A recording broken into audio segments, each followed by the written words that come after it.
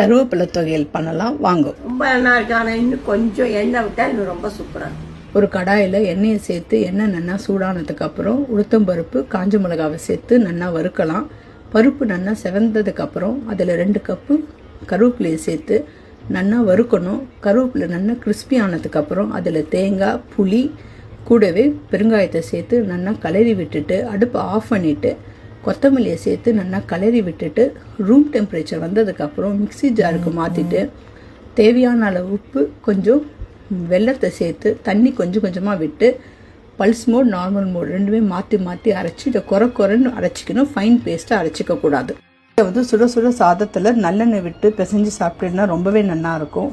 இல்லைன்னா இதே மாதிரி தோசை வாத்து அதில் நீங்கள் இதை ஸ்ப்ரெட்டு மாதிரி தடவி அதான் என் மாமியார் சொல்லியிருப்பா கொஞ்சம் எக்ஸ்ட்ரா எண்ணெய் விட்டு நல்லா கிறிஸ்பியாக பண்ணி குழந்தைகளுக்கு கொடுத்தேன்னா ரொம்ப என்ஜாய் பண்ணுவாள். இந்த வீடியோ உங்களுக்கு பிடிச்சிருக்கும்னு நினைக்கிறேன். தேங்க்யூ.